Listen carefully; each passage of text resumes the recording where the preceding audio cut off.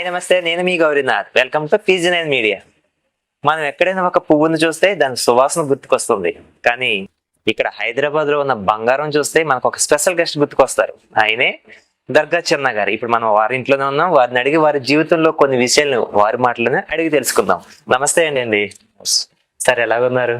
బాగున్నాం. సార్ నాకు చిన్న డౌట్, అంటే మీ పేర్లో అంటే దర్గా చిన్న పెహల్వాన్ అంటే ఏంటి సార్ అర్థం? నాకు అర్థం కాలేదు అసలు అది. అంటే అది దర్గా చిన్న పైల్వాన్ అంటే కుస్తీలు కొట్లాడిపించడం పైల్వాన్ అంటారు. Okay okay. మూవీస్ మట్టి కుస్తీలు ఇట్లా దంగలు ఇట్లా జిమ్ములు ఎట్లా కుస్తీలు ఒక 200 సంవత్సరాల కింద నుంచి ఉన్నాయి అన్నమాట కుస్తీలు. ఓకే. మా ఫాదర్ నేర్పిస్తుండే, దాని తర్వాత మేము ఫాలో అప్ చేస్తున్నాం. Okay okay. మీ పూర్తి పేరు ఏంటి సార్? నార్మల్ గా మీ నాన్నగారు అంటే చిన్న దర్గా చిన్న అదే పేరుగా అదే పేరండి. అంతే. పైల్వాన్ అనేది అంటే కుస్తీలు కొట్లాడిపిస్తే అట్లా మా ఫ్యామిలీ నుంచి అంత వస్తుంది అన్నమాట. Okay okay. అంటే ముఖ్యంగా మీరంటేనే గోల్డ్ అంటేనే మీరు. ఎందుకు సార్ అసలు గోల్డ్ మీదే మీకు ఇంత ఆసక్తి? అంటే ఇలా వేసుకోవాలని అసలు ఎందుకు కలిగింది అంటారు? ఆసక్తి నాకు తెలంగాణలో ఎవరైనా గోల్డ్ అంటే ఇష్టం, అందరు చాలా మంది ఇస్తారు. 200-300 మంది ఉన్నారు హైదరాబాద్ ఇష్టం. నేను ఒక్కనే కాదు, నేనేంటంటే ఎక్కువ ఫోకస్ పబ్లిక్ లో, అంతేగాని చాలా మంది ఇస్తారు. మా ఎంబడి వచ్చేటోళ్ళే చాలా మంది గోల్డ్ అనేది విపరీతంగా తెలంగాణ ఫంక్షన్లు మ్యారేజ్ ఉంటేనే ఇస్తాం, ఉట్టప్పుడు వేయం. అదే ఉట్టప్పుడు అయ్యారండి. మ్యారేజ్ ఏమైనా ఉంటేనే వేసుకొని వెళ్ళడం, మళ్ళీ రాగానే ఇప్పుడు ఈ మోడల్లో చేపించుకోవాలనే ఆలోచన. మోడల్స్ అంటే ఇక మనము వేరే వేరే మోడల్స్ మన ఇష్టం వచ్చినా చేయించుకోవచ్చు. మళ్ళీ ఇవి అయిపోయినాక మళ్ళీ ఒక 1 year తర్వాత మళ్ళీ వేరే మోడల్ చేంజ్ చేసుకోవచ్చు.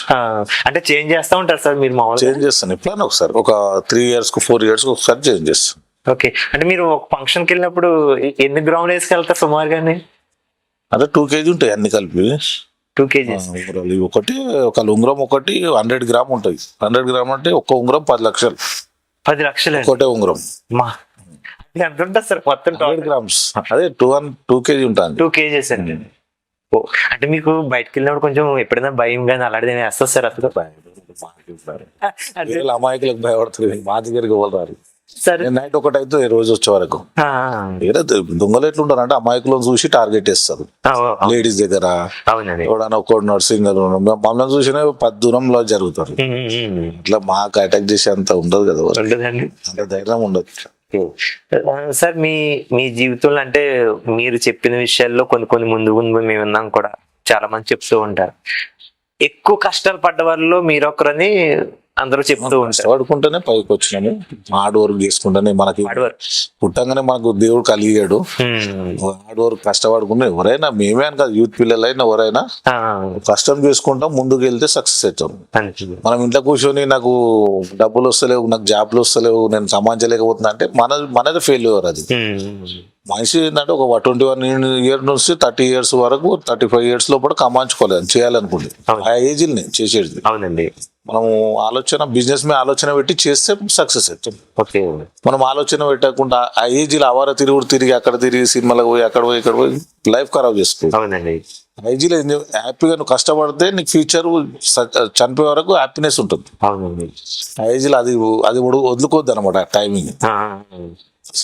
అంటే బయట మనకి పాజిటివ్ ఉంటుంది, నెగిటివ్ టాక్ కూడా ఉంటుంది సార్. అంటే ఎక్కువ టాకింగ్ అంటే భూదందాలు చేసి సంపాదించారు అవన్నీ ఎక్కువగా చెప్తూ ఉంటారు, అని చెప్పుకోవడం కూడా సహజం. భూదందాలు అంటే కొనడం అమ్మడం, మన లిటికేషన్ ఉంటే కబ్జాలు ఏమి ఉంటే మన దగ్గర రావడం, లిటికేషన్ క్లియర్ చేయడం. ఓకే. ఇట్లా భూదందాలు అంటే అదే అన్నది, మనం కొనడం అమ్మడము.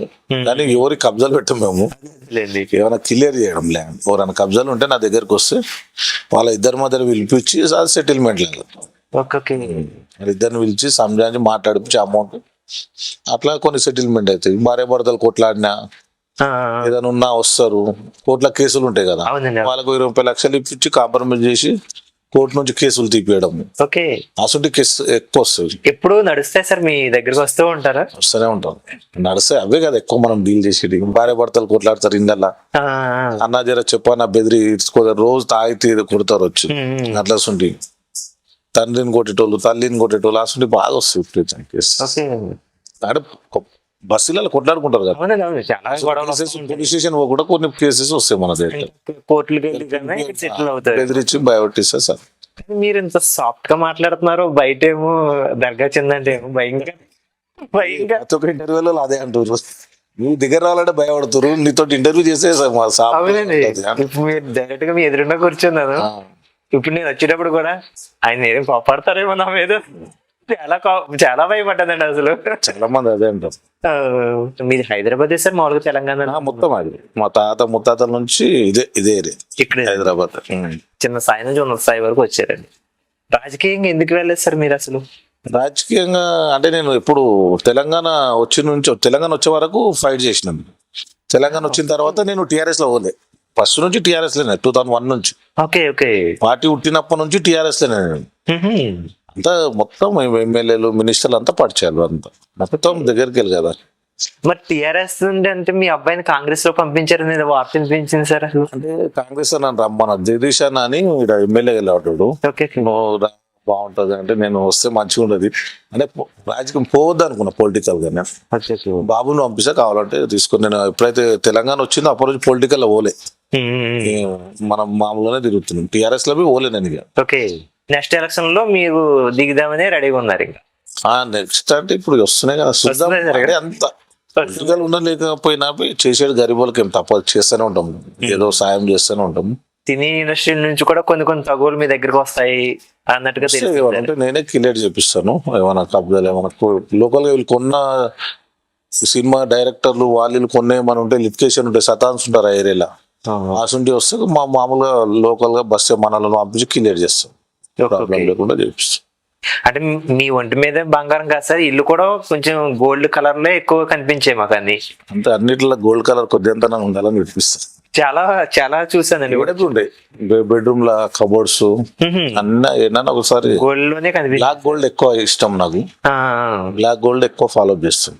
మామూలుగా మీరు హైదరాబాద్ లో కొన్ని ల్యాండ్స్ కూడా పేదలకు పంచారు అని తెలిసింది సార్. అది చేసినాం. ఇది హైటెక్ సిటీ కాడ 100 ఎకరాలు ఉండే, అప్పుడు కొద్దిగా గొడవలు ఉంటే వాళ్ళు ఏంటంటే తీసుకొని వేరే వాళ్ళకి ఇవన్నీ తీసిరు. ఆడనే నాకు 30 కేసులు అయినాయి ఆ ల్యాండ్ విషయంలోనే.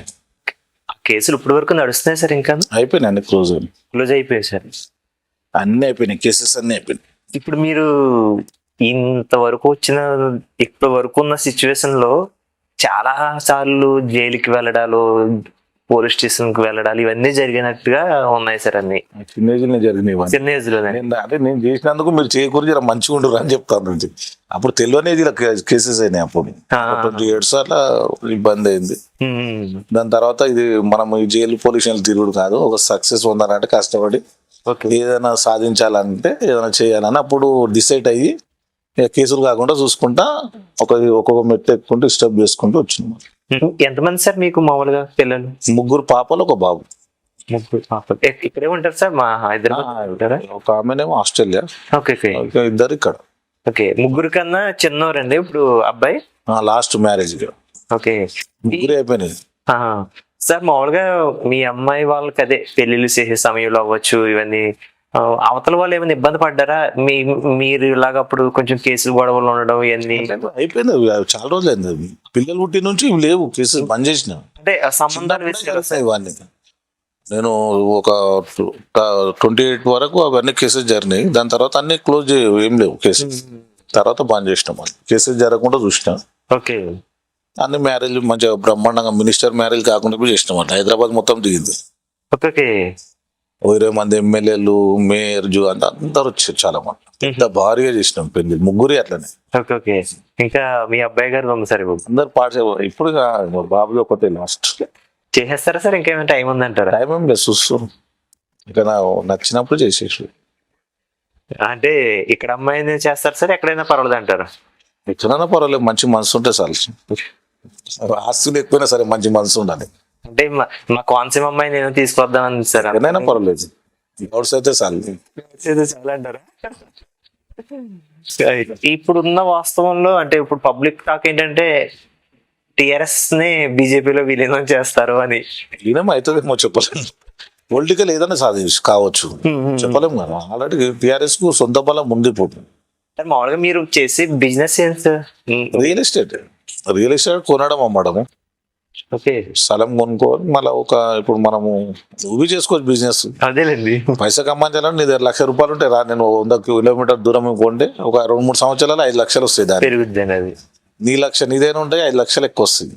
ల్యాండ్ మీద ల్యాండ్ వాల్యూ అట్లా అంత పెరుగుద్దండి అది. గోల్డ్ లో పెరగదు. సార్ మీకు ఎప్పుడైనా ఇలాంటి ల్యాండ్స్ కొనేటప్పుడు ఏమైనా అంటే డాక్యుమెంట్స్ కరెక్ట్ గా లేని ల్యాండ్స్ ఏమైనా తగిలాయి సార్? అన్ని చూసి కొనాలి, అంటే అన్ని చెక్ చేసుకోవాలి. నాకు మా యాసుంటోళ్ళని అడగాలి, ఎక్కడ ఉంటే లోకల్ గా కొద్దిగా అవన్నీ క్లియర్ చూసే కొనాలి. కొనట్టు ఉండే ₹1,00,000 ల్యాండ్ లో పెట్టి కొన్ని లిటికేషన్ పడడానికి ప్రాబ్లం. ఇబ్బంది కొనేటప్పుడు చూసి కొనాలి అందుకండి.